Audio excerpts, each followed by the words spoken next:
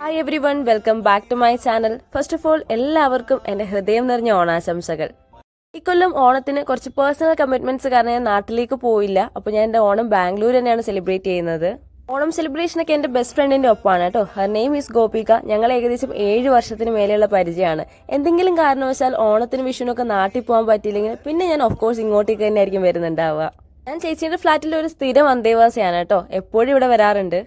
ഇവിടുത്തെ ബാൽക്കണിയിൽ നിന്നുള്ള വ്യൂ ആണ് ഇത്. പിന്നെ ചേച്ചി അത്യാവശ്യം നല്ലൊരു പ്ലാൻ ലവർ ആണ്. നല്ലൊരു കളക്ഷൻ ഇവിടെയുണ്ട്. അതുകൊണ്ട് ഞാൻ ഒന്ന് കാണിച്ചു തരാം നിങ്ങൾക്ക്.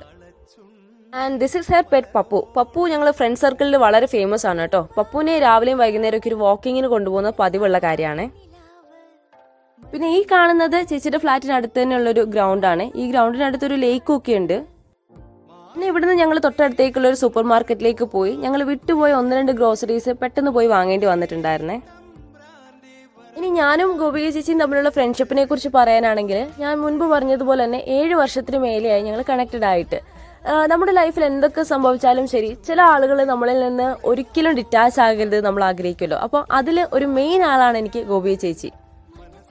ഓണത്തിന് അത്തപ്പൂ ഇടുക എന്നുള്ള ടാസ്ക് ചേച്ചി എനിക്ക് തന്നിട്ടുണ്ടായിരുന്നു. അത്തപ്പൂ is not my piece of cake. എന്നെ കൊണ്ട് പറ്റാത്തൊരു പണിയാണ്, ഞാൻ ചെയ്യാത്തൊരു പണിയാണ്. പക്ഷെ എങ്കിലും നമ്മുടെ സന്തോഷത്തിന് വേണ്ടിയിട്ടല്ലേ, അധികം പ്രസന്റബിൾ ഒന്നും ആയിരിക്കേണ്ട എന്ന് ചേച്ചി പറഞ്ഞപ്പോഴേക്കും ഞാൻ ആ ഒരു ടാസ്ക് ചെയ്തിട്ടുണ്ടായിരുന്നു. പക്ഷെ പിന്നീട് സഹായഹസ്തങ്ങളൊക്കെ ആയിട്ട് ചേച്ചിയും അച്ഛനും അമ്മയൊക്കെ വന്നതുകൊണ്ട് ആ ഒരു ടാസ്ക് ഞങ്ങൾ പെട്ടെന്ന് ചെയ്തു തീർത്തിട്ടുണ്ടായിരുന്നേ. നമ്മുടെ അത്തപ്പൂവിന്റെ ഫൈനൽ ലുക്ക് ഇതാണ്. ഇത് കണ്ടപ്പോൾ നല്ലൊരു സാറ്റിസ്ഫാക്ഷൻ കിട്ടി.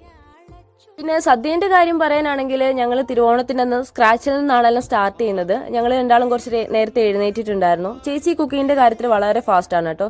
അതുകൊണ്ട് എനിക്ക് ചെറിയ ചെറിയ സഹായങ്ങൾ മാത്രമേ ചെയ്തു കൊടുക്കേണ്ടി വന്നുള്ളൂ. ചേച്ചി അത് പെട്ടെന്നെല്ലാം കുക്ക് ചെയ്തിട്ടുണ്ടായിരുന്നു.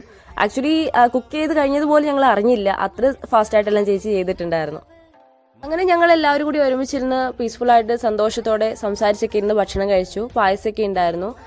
എനിക്ക് ഇടയ്ക്കിടയ്ക്ക് ഇങ്ങനെ ഓടി വരാനൊരു സ്ഥലം ഉള്ളതുകൊണ്ട് ഞാൻ ഒരിക്കലും വീട് മിസ് ചെയ്യാറില്ല കേട്ടോ. ഞാൻ വളർന്നു നോക്കിയ ന്യൂക്ലിയർ ഫാമിലിയിലാണ് കേട്ടോ. എനിക്ക് സത്യം പറഞ്ഞാൽ ആളുകളുടെ പ്രസൻസ് ഭയങ്കര ഇഷ്ടമാണ്.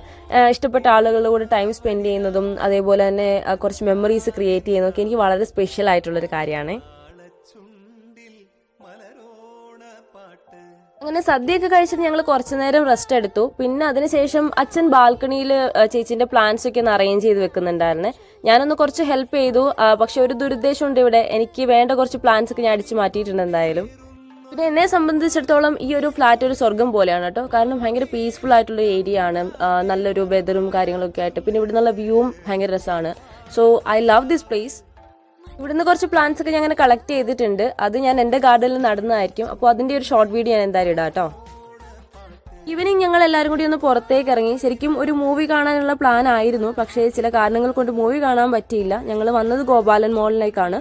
ഗോപാലൻ മോൾ ശരിക്കും എൻ്റെ പ്ലേസിനടുത്ത് തന്നെയാണ് കേട്ടോ. അപ്പം ഞങ്ങൾ കുറച്ച് നേരം അവിടെ ടൈം സ്പെൻഡ് ചെയ്തു. ഇവിടെയും ഓണം പ്രമാണിച്ച് കുറേ ഡെക്കറേഷൻസ് ഒക്കെ ഉണ്ടായിരുന്നു. ഇവിടുന്ന് ഞങ്ങൾ എന്തായാലും കുറച്ച് ഫോട്ടോസൊക്കെ ക്ലിക്ക് ചെയ്തു. അതേപോലെ ഞാൻ എൻ്റെ ഫ്ലാറ്റിലേക്കും ചേച്ചിന്റെ ഫ്ലാറ്റിലേക്കും പോകാൻ നിങ്ങൾ ഡിസൈഡ് ചെയ്തു. പിന്നെ ഫ്രണ്ട്ഷിപ്പിനെ കുറിച്ച് പറയാനാണെങ്കിൽ ഞാൻ വളരെ ബ്ലെസ്ഡ് ആണ് ആ ഒരു കാര്യത്തിൽ. കാരണം ഞാൻ മെയിൻറ്റെയിൻ ചെയ്യുന്ന ഒരു വളരെ ചെറിയ ഫ്രണ്ട് സർക്കിളാണ്. പക്ഷേ എനിക്ക് എന്ത് പ്രശ്നം വന്നാലും എൻ്റെ കൂടെ നിൽക്കാൻ എപ്പോഴും ആളുണ്ടായിട്ടുണ്ട്. അതിപ്പോൾ അപ്സ് ആയാലും ഡൗൺസ് ആയാലും എല്ലാ സപ്പോർട്ടും എനിക്ക് ഫ്രണ്ട്സിൻ്റെ ഭാഗത്തുനിന്ന് കിട്ടിയിട്ടുണ്ട്. ഞാൻ വളർന്നു നോക്കിയ ഒരു വില്ലേജിലാണ് കേട്ടോ. അപ്പോൾ നമ്മൾ സ്കൂൾ ടൈമിൽ ഓണം എന്ന് പറയുമ്പോൾ ഒരുപാട് മെമ്മറീസ് ഉണ്ട്. ഫ്രണ്ട്സുമായിട്ട് കളിക്കുന്നതും അതേപോലെ തന്നെ ടി വിയിൽ വരുന്ന നല്ല നല്ല മൂവീസ് വാച്ച് ചെയ്യുന്നത്, അങ്ങനെ കുറേ മെമ്മറീസ് ഉണ്ട്. പക്ഷെ ഇപ്പോൾ നമ്മൾ മുതിർന്നപ്പോൾ നമുക്ക് നമ്മുടേതായ കമ്മിറ്റ്മെന്റ്സും കാര്യങ്ങളൊക്കെ ആയപ്പോഴേക്കും നമുക്ക് അങ്ങനെയൊന്നും സെലിബ്രേറ്റ് ചെയ്യാൻ പറ്റില്ല. ഓഫ് കോഴ്സ് നമ്മുടെ കാലം മാറി. പക്ഷെ എന്നാലും ഇറ്റ്സ് ഓക്കെ. നമ്മൾ ക്രിയേറ്റ് ചെയ്യുന്ന ഓരോ മൊമെന്റ്സും നല്ലൊരു മെമ്മറിയാണ്.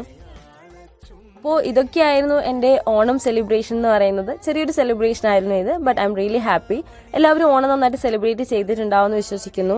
അപ്പോൾ എൻ്റെ വീഡിയോസ് ഇഷ്ടമാണെങ്കിൽ നിങ്ങൾ തീർച്ചയായിട്ടും ചാനൽ സബ്സ്ക്രൈബ് ചെയ്യുന്ന സപ്പോർട്ട് ചെയ്യുക. നിങ്ങളുടെ സജഷൻസ് ഷെയർ ചെയ്യുക.